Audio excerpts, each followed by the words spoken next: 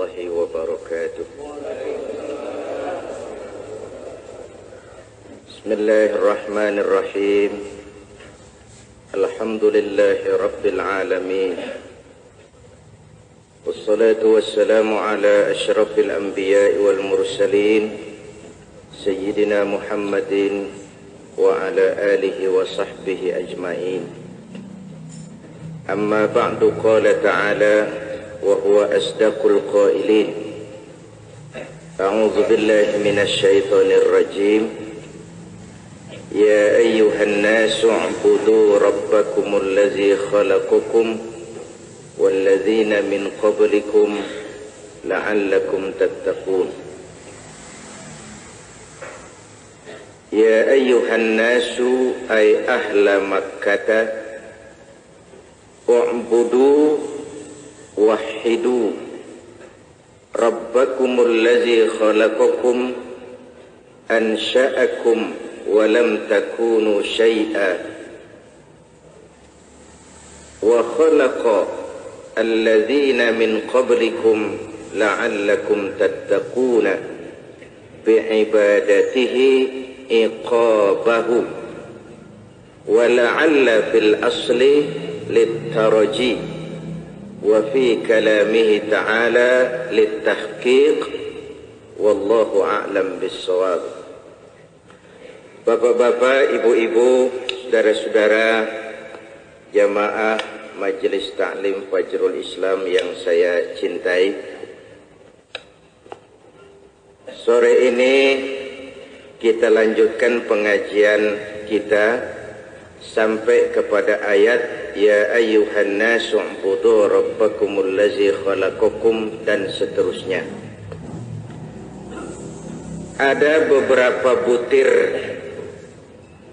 masalah di dalam ayat ini.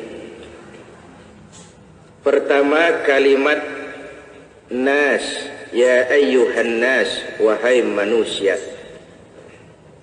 Yang kedua, kalimat u'budu yang diartikan dengan wahidu. Yang ketiga, khalaqakum, dan yang keempat, tattaqun. Empat hal ini akan kita bicarakan pada pertemuan kita sore ini. Kita mulai dengan kalimat ya ayyuhan nasu. Ya harfun nida, wahai manusia. Pada saat ayat ini diturunkan, mukhatabnya adalah mukhatab audiens. Orang-orang yang diajak bicara adalah penduduk Mekah. Sehingga Imam Jalalain mengartikan ya ayuhan nas ay ahla Makkah, wahai penduduk Mekah. Tuh, mukhatab pada saat ayat diturunkan memang ditujukan kepada penduduk Mekah. Tetapi dari kalimat ya ayuhan nasu ini, saya ingin mengajak kita melihat secara lebih jauh. Wahai manusia. Kalimat yang dipakai di sini adalah kalimat umum. Perkara ya ahla Makkah itu adalah tafsir, dan tafsir boleh saja berbeda. Tapi zahir kalimat yang dipakai adalah term general, kalimat umum. Wahai manusia. Manusia yang mana? Tentu yang mana saja asal merasa manusia. Nah, ini mengandung pengertian bahwa sebagai muslim kita meyakini agama kita, agama Islam. Bagaimana keyakinan kita kepada Islam sebagai agama? Pertama, kita yakin Islam adalah satu-satunya agama yang benar. Ini keyakinan pertama. Satu-satunya. Bagaimana kalau orang berpendapat bahwa semua agama sama, semua agama baik, semua agama benar? Boleh, tapi jangan titik sampai di situ. Koma doang. Semua agama baik, koma, bagi penganutnya masing-masing, titik. Semua agama benar, koma, bagi penganutnya masing-masing, titik.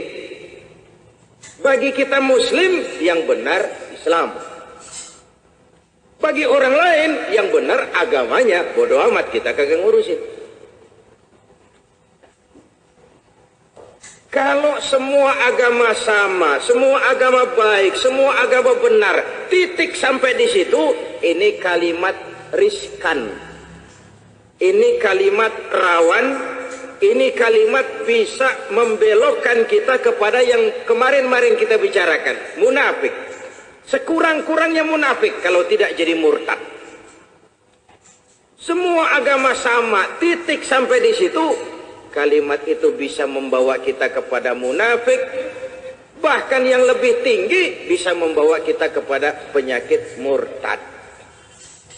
Karena itu Indonesia ini kan negara majemuk. Negara majemuk. Semua agama diakui keberadaannya. Saling menghormati, saling menghargai. Tapi tetap ada couplingnya. Toleransi itu ada batasnya. Orang tanya, Ustadz, itu Menteri Agama ngadirin Natalan bagaimana hukumnya? Yang namanya Menteri Agama, siapapun manusianya, itu kan dia kan Menteri Agama Republik Indonesia. Ini saya kasih status dasarnya. Bukan Menteri Agama Islam dia, Menteri Agama Republik Indonesia. Artinya semua agama yang ada di Indonesia, menterinya ya dia itu. Menteri Agama Republik Indonesia, bukan Menteri Agama Islam, bukan Menteri Agama Hindu, bukan Menteri Agama Buddha. Semua agama yang ada di Indonesia, menterinya ya itu. Nah, konsekuensinya nih, dia harus ngopeni semua agama yang hidup, sah dan diakui di Indonesia. Tinggal bagaimana kecenderungannya. Lebih berat jabatan apa lebih berat akidah? Ini ngomongnya enak karena nggak jadi Menteri Agama, Pak. Nah, kalau jadi menteri repot nimbangin, Pak. Semua anak kita, semua harus diopenin, semua harus diayomi. Resiko Menteri Agama Republik Indonesia. Kalau Menteri Agama Islam jelas, Menteri Agama Buddha jelas. Ini menteri yang ngayomi semua agama. Nah, jadi dalam hal dia menghadiri Natal, dalam hal dia menghadiri Waisak, dia menghadiri Galungan, itu nggak bisa dijadikan norma. Itu merupakan satu kondisi yang memang begitulah kondisinya. Tetapi dalam kondisi yang normal bagi Muslim, toleransi itu jelas. Karena itu benar orang-orang tua kita dulu, kalau kagak bisa berenang, jangan main di pinggir kali. Itu aja dah. Kalau bisa berenang sih, mau nyebur juga bodo amat, bisa berenang. Kita yang emang jaboro-boro berenang dah. Kira-kira kecebur aja terus nyelam. Jangan coba-coba main di pinggir kali, lebih aman agak jauh dikit. Ini preventif maksudnya. Ini preventif. Ibu bapak, saudara-saudara hadirin yang saya hormati, toleransi iya, tapi jelas ada batasnya. Ini keyakinan pertama, nanti dari kalimat nas, kalimat term general. Satu. Yang kedua, kalimat ini mendatangkan keyakinan dalam diri kita bahwa Islam adalah agama untuk seluruh manusia. Bahwa Rasul dari suku Arab, ya. Quran dengan bahasa Arab, memang. Tapi Islam bukan cuma untuk Arab saja. Buktinya ya ini, ya ayyuhan nas, wahai manusia. Teks ayat nggak ada, ya ayyuhal Arab, wahai Arab, nggak ada. Yang ada tafsir. Ahla Makkah itu kan tafsir. Tapi tekstual ayat tidak ada menyatakan ya ayyuhal Arabiyun, hai orang-orang Arab, tidak ada. Bahwa Arab sebagian memang Islam, ya, tapi Islam jelas bukannya Arab. Nih. 2 malam yang lalu saya diminta ngadirin acara pembubaran kontingen Indonesia atlet, ya, ceramah terus doa penutup syukuran. Gitu saya datang udah jelas banyak yang heran hubungan apa kiai sama atlet. Orang pada aneh ngelihat saya ini. Saya bilang, Mas, ini dunia global, tidak ada yang tidak saling berkaitan zaman sekarang ini. Lalu saya bawakan sebuah hadis, Nabi pernah ngajarin begini. Allimu auladakumus sibahata warrimayah. Ajarkan anakmu berenang dan lempar. Lempar itu bisa lempar lembing, bisa lempar cakram, bisa tolak peluru, itu kan lempar juga namanya. Ini hadis derajatnya sahih. Ajarkan anakmu renang dan lempar. Kalau Islam cuman agama untuk orang Arab, nggak bakalannya ada hadis begini. 14 abad yang lalu Nabi nyuruh ngajarin berenang di Arab, mau berenang di pasir, berendam. Jadi apalagi kalau bukan Islam ini agama masa depan. Islam ini punya wawasan yang ke depan jauh. Jauh ke depan. Etos kerja dalam Islam coba. Wa idza faraghta fansab. Bila selesai kamu kerjakan satu tugas, sing-singkan lengan bajumu, bersiaplah untuk tugas berikutnya. Jangan puas dengan prestasi yang sudah dicapai. Itu cuma loncatan. Bahkan saya bilang nanti event 2 tahun mendatang saya game di Brunei, itu kesempatan untuk membuktikan bahwa Indonesia bukan juara kandang. Di kampung orang juga kita bisa juara. Fa idza faraghta fansab. Ibu bapak, saudara-saudara hadirin yang saya hormati, Islam agama untuk seluruh manusia. Mengikuti Islam bukan berarti mengikuti Arab, bukan. Islam ya Islam, Arab ya Arab. Bahwa Arab sebagian besar Islam memang, tapi Islam jelas bukannya Arab. Ini kalimat ya ayyuhan nas, wahai manusia. Kalau begitu Islam agama untuk seluruh manusia. Karena itu kita harus memilih mana yang sunnah, mana yang tradisi Arab. Yang kita perlukan itu kan mentradisikan agama, bukan mengagamakan tradisi. Agama kita jadikan tradisi, itu yang perlu, bukan tradisi dijadikan agama. Ini keyakinan yang kedua. Lalu yang ketiga, Islam adalah agama terakhir, dibawa oleh Rasul terakhir. Tidak ada agama sesudah Islam dan tidak ada Rasul sesudah Muhammad Sallallahu Alaihi Wasallam. Ini keyakinan. Ini nggak bisa digoyah-goyah. Agama apapun yang timbul setelah Islam nggak ada urusan sama kita. Siapapun ngaku jadi nabi, ngaku jadi rasul, jenggotnya lebat, kumisnya baplang, sorbannya lebar, jubahnya kayak gulungan ban truk,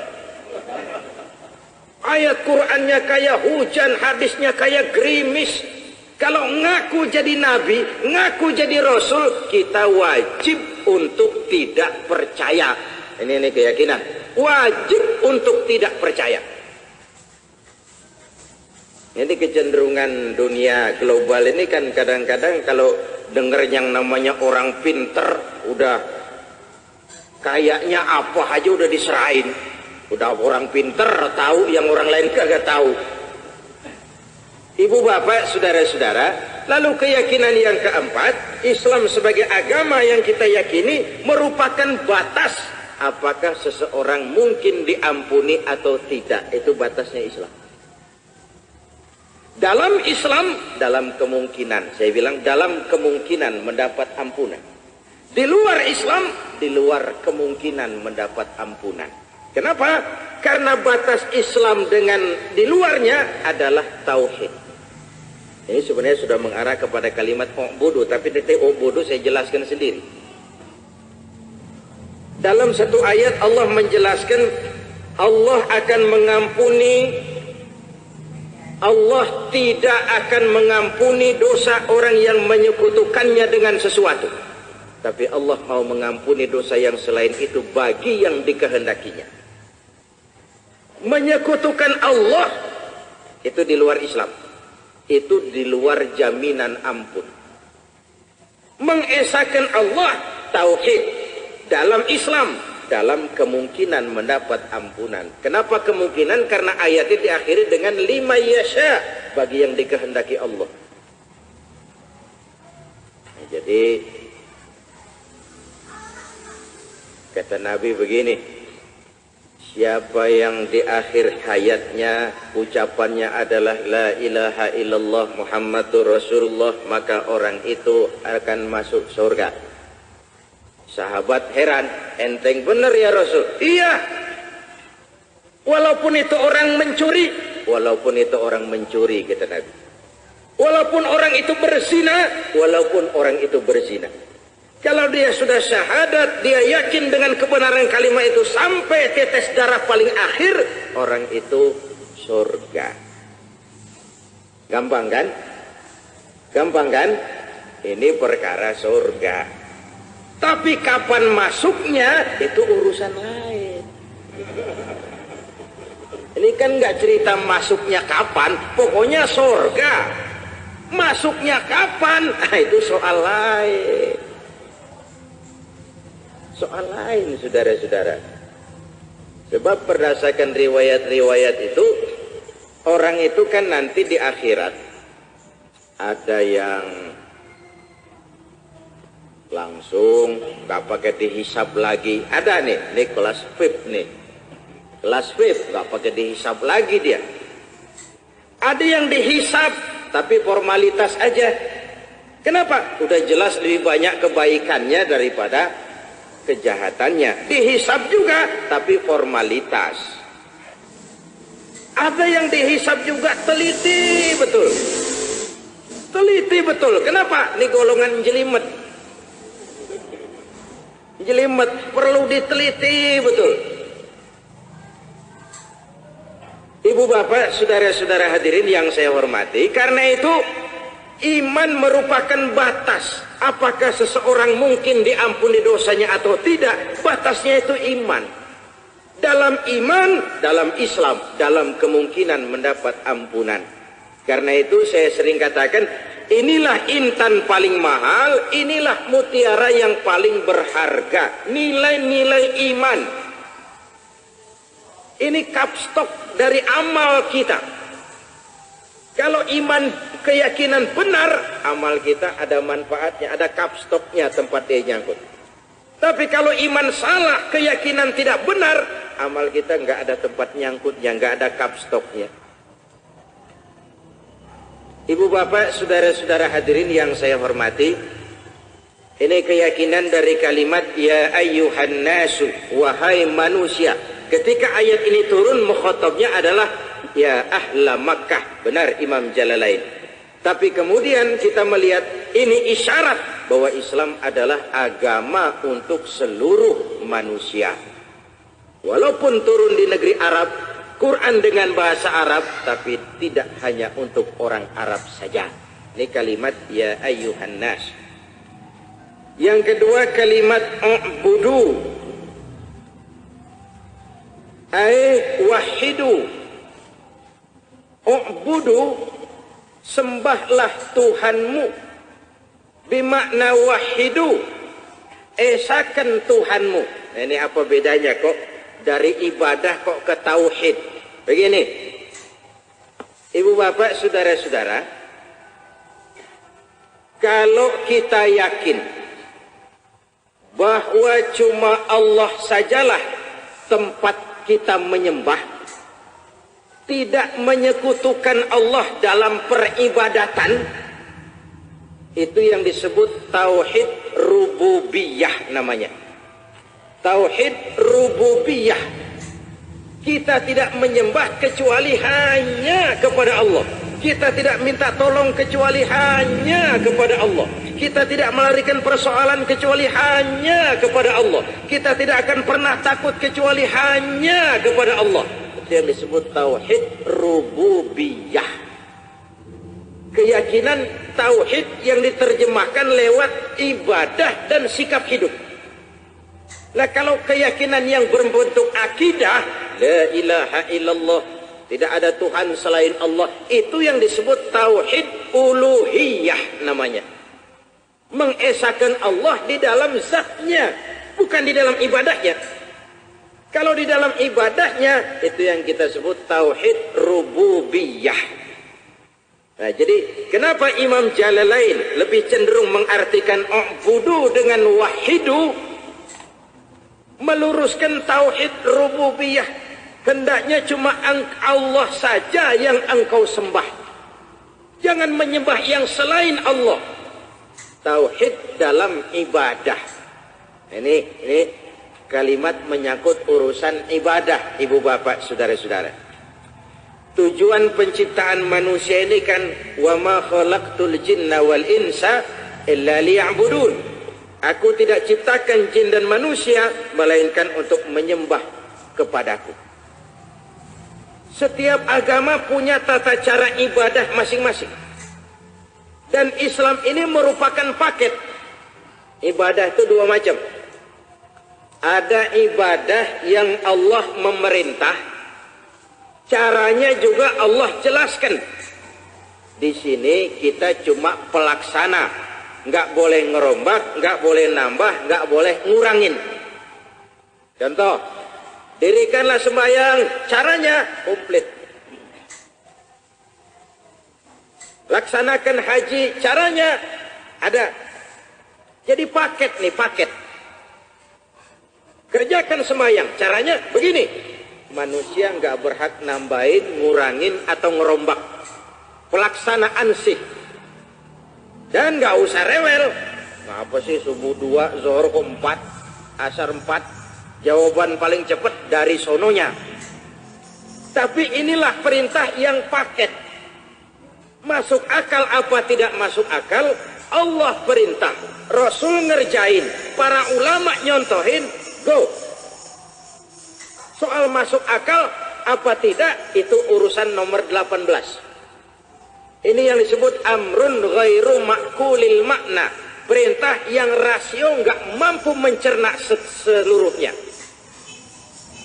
Tapi ada lagi perintah yang Allah cuma sekedar memerintah, caranya diserahin kita, teknisnya. Nah, di situ boleh ada modernisasi.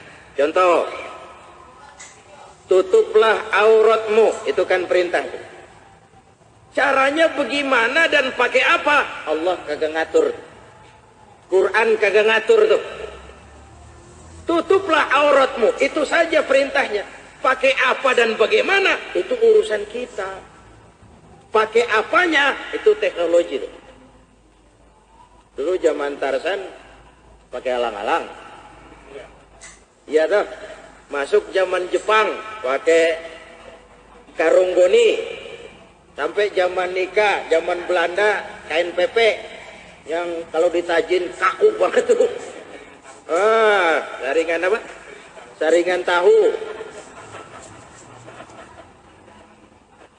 Nah, sekarang ini sudah macam-macam, ya. Pakai apa? Itu teknologi, budaya manusia. Bagaimana? Itu juga budaya manusia. Mode. Mode itu kan perkara bagaimananya, itu mode. Pakai apanya? Itu teknologi. Ini perintah yang Allah cuma memerintah, caranya diserahin kita. Di sini kita kudu pinter. Di sini kita kudu pinter. Termasuk haji ya. Kalau soal pelaksanaan ibadahnya itu paket. Tapi pakai apa kita yang dari Jakarta nyampe Mekah, itu urusan kita tuh. Urusan budaya. Mau berenang boleh. Dari Priuk sampai Jeddah boleh. Paling kembung sampai sana. Itu urusan kita tuh, urusan budaya. Tapi ibadahnya itu paket. Dari sononya sudah ditata begitu rupa. Makanya haji nggak boleh ada modernisasi. Pak, bagaimana kalau keliling Ka'bah itu dibikin eskalator aja? Jadi orangnya diem, eskalator yang jalan, kan nggak capek tuh. Ya, tawafnya sih tawaf ya. Tapi apakah itu napak tilas? Ini soalnya. Pak, bagaimana kalau di Padang Arafat dibikin flat saja? Flat besar perumahan gitu, pakai AC semua, kan wukufnya enak. Ibu bapak, saudara-saudara hadirin yang saya hormati, ini saya katakan tadi, ibadah yang Allah perintah dan Allah jelaskan caranya, itu paket. Kenapa begitu? Bukan urusan kita. Apa hikmahnya? Boleh kita cari. Tapi sejauh-jauh pencarian kita tetap akan berujung kepada wallahu a'lam. Jadi ayat ini setelah seruan hai manusia, sembahlah Tuhanmu. Sembahlah Tuhanmu saja. Wahidu. Jangan menyembah yang bukan Tuhanmu. Jangan dalam menyembahnya kau campur dengan menyembah yang lain. Jangan. Kadang-kadang keyakinan kita kan suka begitu juga, goyah. Satu sisi tahajud sih tahajud, tapi rasanya kurang mantap kalau belum ketemu mbah. Ini tahajud kita kawinin sama mbah, ini belum wahidu. Ibadahnya sudah, tapi wahidunya belum. Ini maksud kenapa? Oh, budu pakai wahidu. Kok ada rasa kurang marem kalau belum ketemu mbah? Nah, rasa kurang marem itu kan menunjukkan tidak adanya nilai wahidu. Menyembah hanya kepada Allah saja. Tidak kepada yang lain. Tidak kepada yang lain. Wahidu, u'budu bimakna wahidu. Ibu bapak, saudara-saudara hadirin yang saya hormati, ibadah itu ada dua dalam bentuknya ya. Ada ibadah ritual, ada ibadah sosial. Ibadah ritual disebut ibadah mahdhah, ibadah langsung antara kita dengan Allah. Adapun ibadah sosial kepada Allah juga cuman lewat saluran kehidupan bermasyarakat.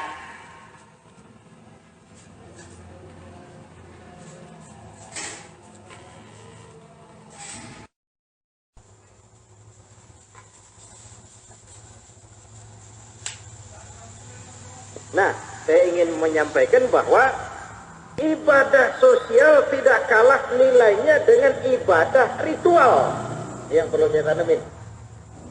Contoh, sekarang kan musim haji lagi susah nih, kuota, dan memang harus dibatasin.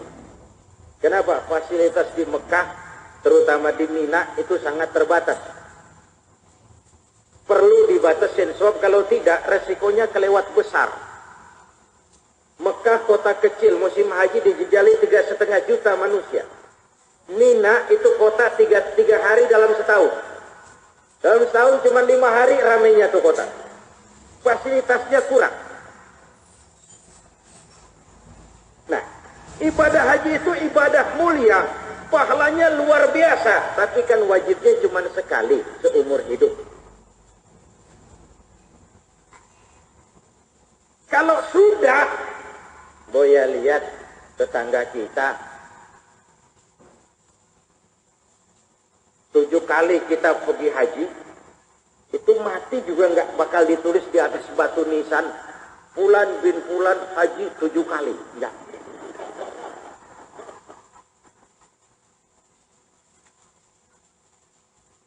Ini di luar yang jadi petugas pembimbing. Nanti saya tidak tahu begini, di belakang ada yang ngomel, dia sendiri sabuan tahun begitu. Usil aja sih.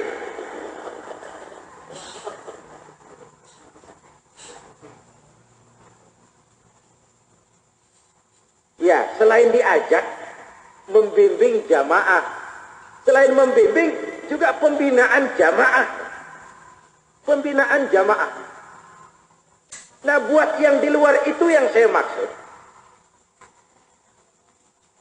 Bisa saja 4-5 kali kita ke Mekah terhalang masuk surga lantaran di sebelah rumah kita ada anak yatim merintih kelaparan. Kita tahu, kita mampu, kita diam saja.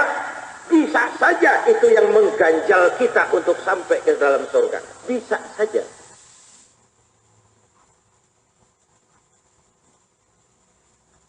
Ibu bapak, saudara-saudara hadirin, berbagai riwayat menjelaskan ini. Ada nenek-nenek tua ngasih air sama anjing kehausan, nyampe surga tuh nenek. Ini artinya apa? Ibadah sosial. Kasih minum anjing kan sosial tuh. Tidak kalah nilainya dengan tahajud. Nolong yatim tidak kalah nilainya dengan tahajud. Nolong janda yang tua, ini perlu dijelasin ini.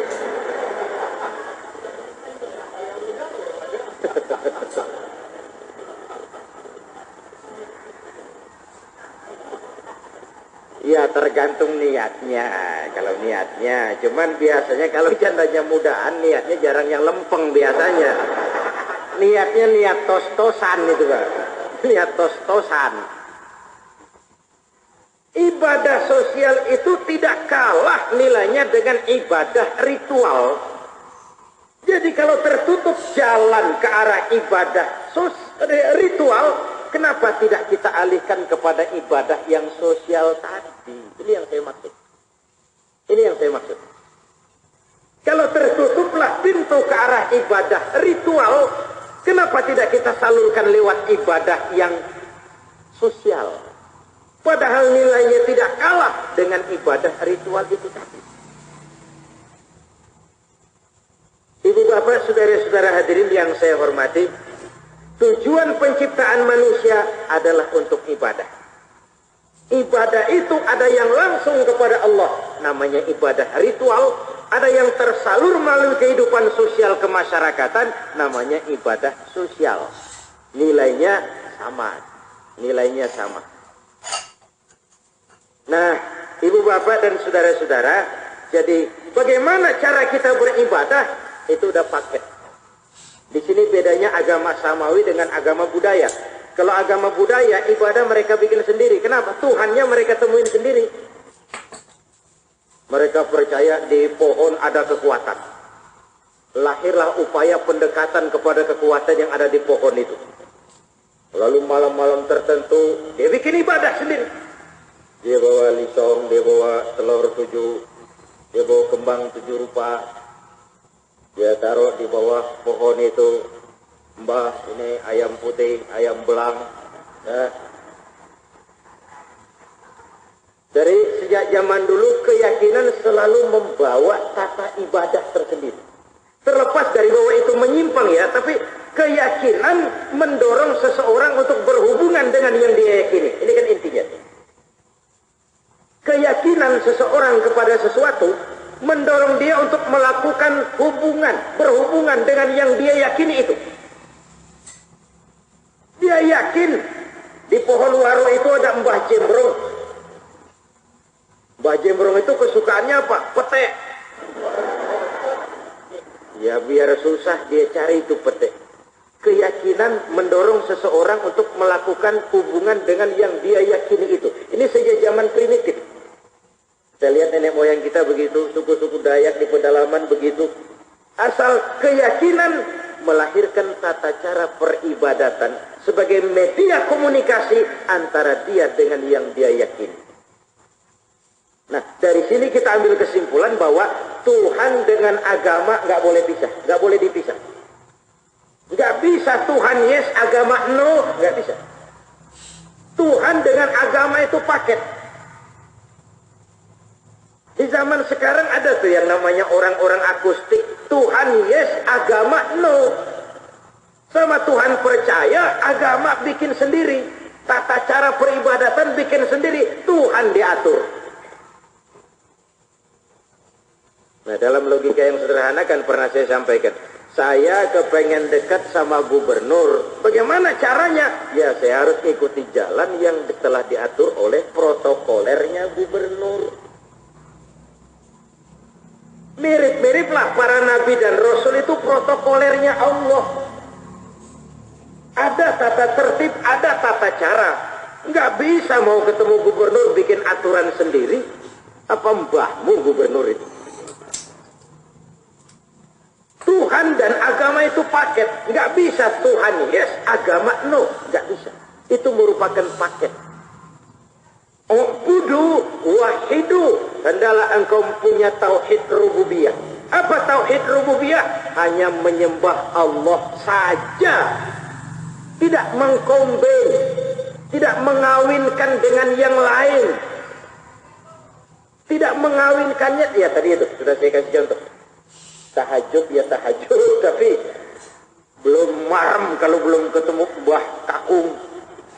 Ini namanya tidak wahidu, tidak tauhid rububiyahnya masih harus diservis.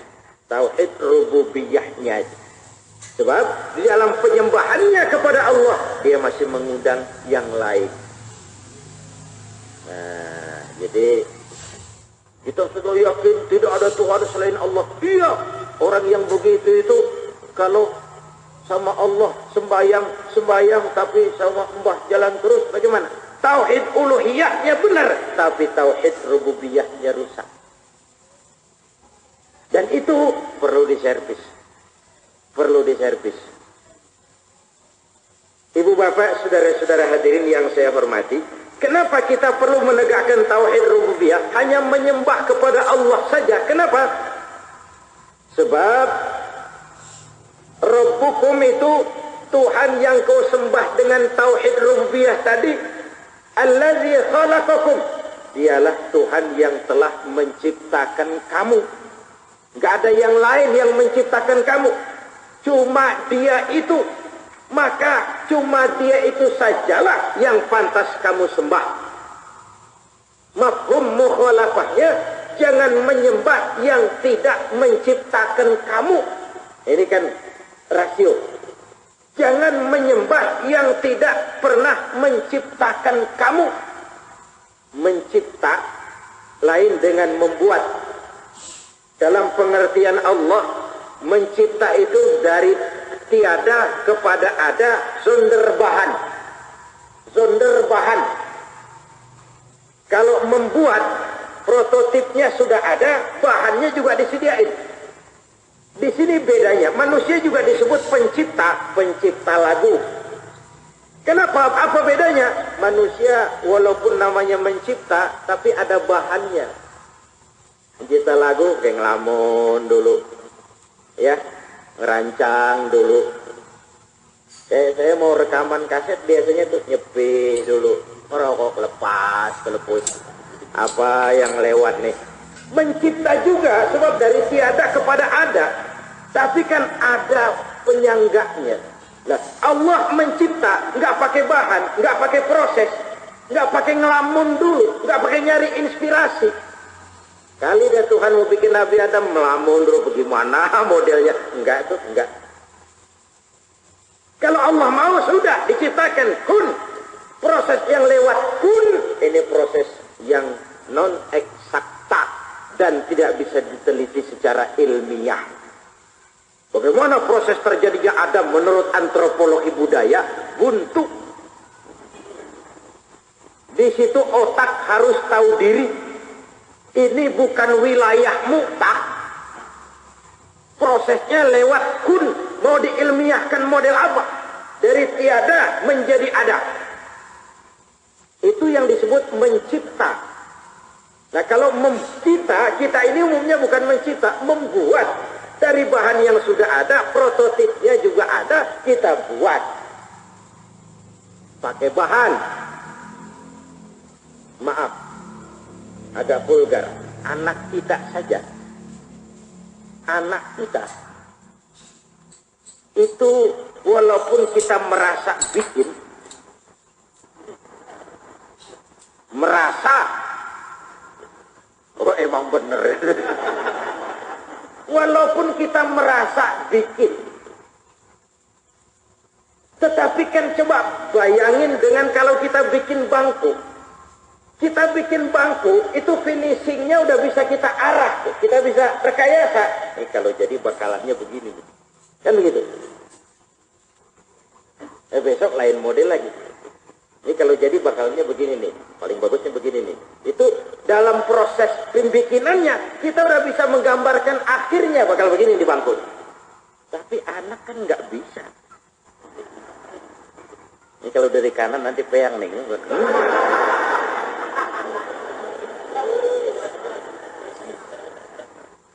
Itu yang dekat loh. Yang kita merasa kita bikin. Tapi finishingnya bagaimana kita nyerah. Hasil akhirnya bagaimana kita nggak bisa rekayasa. Anak kita bakal keluar kulit putih apa hitam kelem. Kita juga nggak ngerti. Ya bikin aja emang dari dulunya begitu. Ini sesuatu yang ada prosesnya tapi hasil akhirnya kita nyerah juga. Hasil akhirnya kita nyerah juga. Itu yang real, itu yang dekat, itu yang bisa kita rasakan denyutnya. Entok hasil akhirnya kita masih ya, terserah Tuhan aja deh bagaimana. Ibu bapak, saudara-saudara hadirin yang saya hormati, Allah mencipta kita. Bukan yang lain yang menciptakan kita. Allah. Cuma Dia.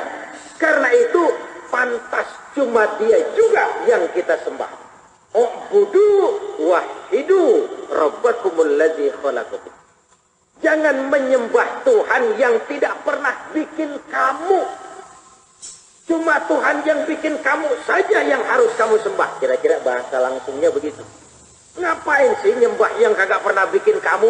Bodoh amat caranya itu. Cara kasarnya gitu. Yang harus kau sembah itu yang bikin kamu dong. Yang gak bikin kamu yang gak usah disembah dong. Ibu bapak, saudara-saudara hadirin yang saya hormati. Saya pernah ungkapkan di pengajian kita ini bahwa berhala-berhala gaya baru, berhala-berhala zaman kini sering gentayangan di sekitar kita.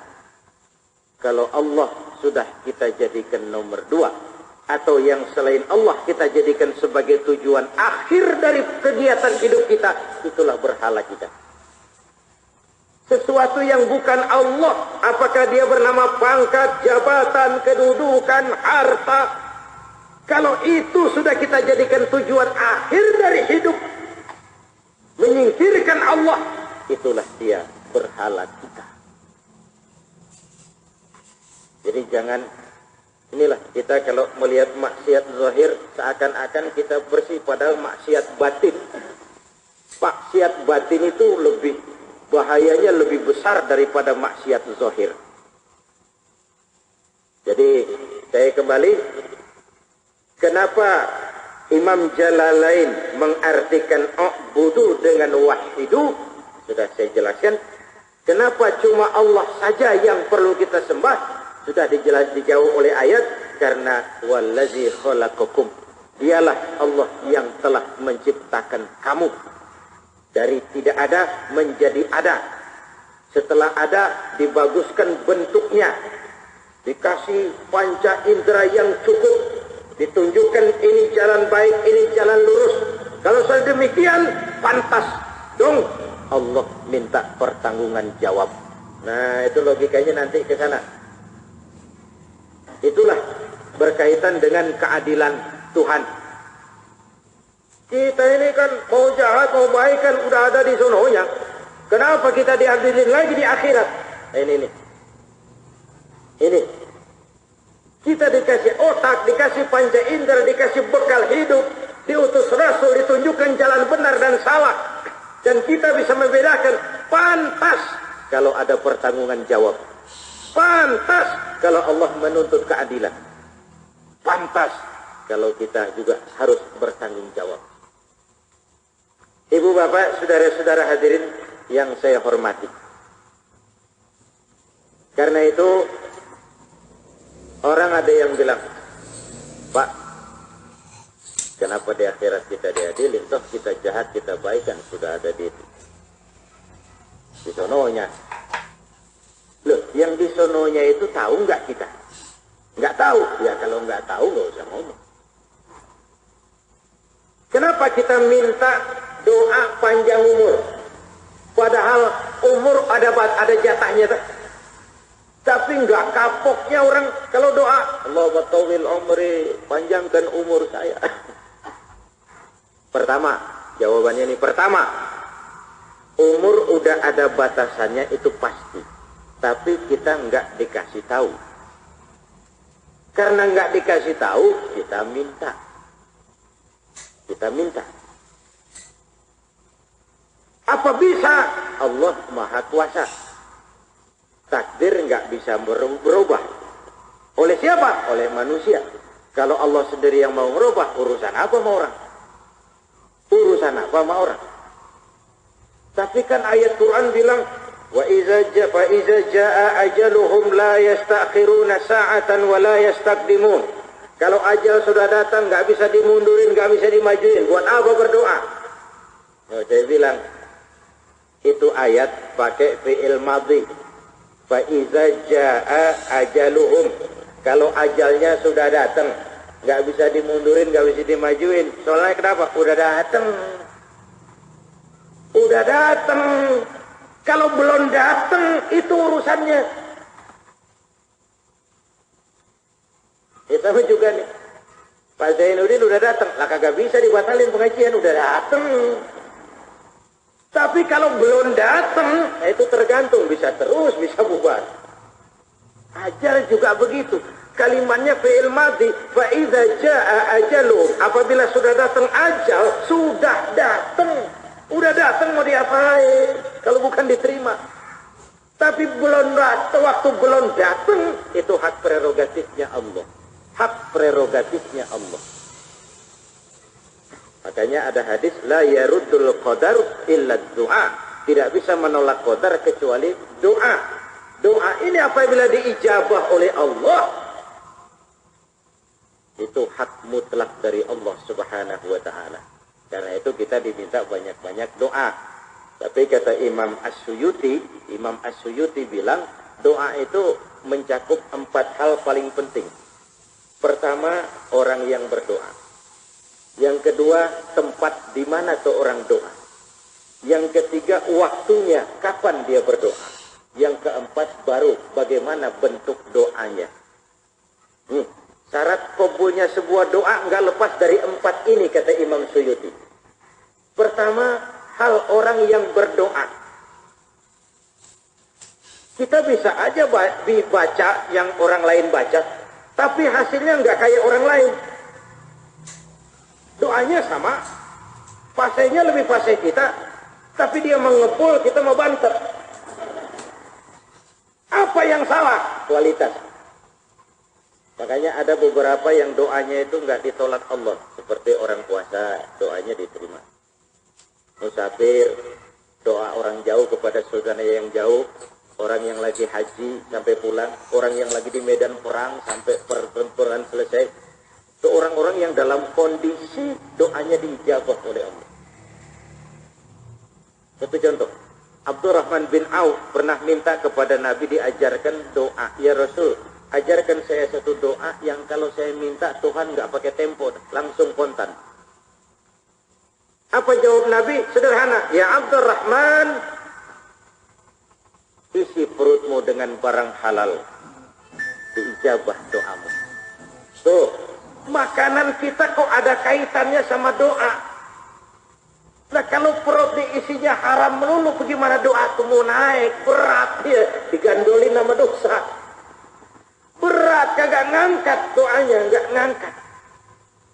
Yang kita makan, yang kita minum, melepuh mulut kita minta, digandolin sama yang kita makan.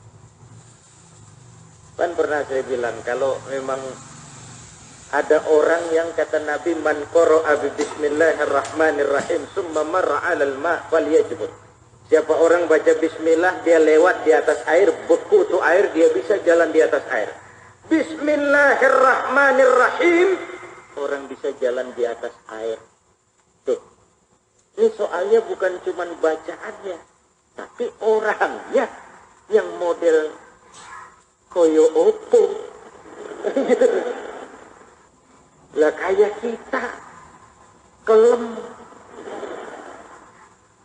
bobot kita ini berat oleh lapisan dosa kita. Ini menyangkut hal orang yang berdoa. Yang kedua, tempat. Ada tempat-tempat istimewa, tempat-tempat mustajabah. Ya, di Mekah sana misalnya, di Multazam, Hijr Ismail, Maqam Ibrahim, Zamzam, Uhud, Raudhah dan sebagainya. Di negeri kita, doa di mihrab sama di rumah lain. Di sini insya Allah lebih cepat diijabah. Kenapa? Di sini orang sujud melulu. Kalau di rumah kita ada yang buang air kecil, ada yang segala macam. Tempat itu juga menentukan. Yang ketiga, waktu dia berdoa itu, kapannya itu, when-nya itu. Sepertiga malam yang akhir, itu waktu-waktu yang paten. Antara azan dan qomat, paten. Waktu hujan turun, paten. Angin bertiup, petir menyambar, paten. Ibu bapak, saudara-saudara, waktu. Malam Jumat berdoa, lain sama malam Minggu. Lain. Waktunya. Yang keempat, baru doanya yang dibaca tuh doanya dia bikin sendiri. Doa bener apa doa-doaan? Yang doa terbagus yang diajarkan Quran, Rabbana hablana dan Rabbana atina dan seterusnya. Yang kedua yang diajarkan baginda Rasul. Yang ketiga yang diijazahkan oleh para ulama, guru-guru dan orang yang kita yakini kredibilitas kepribadiannya. Yang keempat baru dah supaya mantap doa sendiri. Tapi tetap diawali dengan etika dan adab-adab doa yang kita akan bicarakan pada waktu tertentu nanti. Jadi ibu bapak, saudara-saudara, sudah isya baru sampai ubudu rabbakumul lazi khalaqakum. Kita lanjutkan insyaallah Sabtu depan, wallazina min qablikum la'allakum tattaqun. Wallahu a'lam bissawab. Terima kasih dan mohon maaf. Wassalamualaikum warahmatullahi wabarakatuh.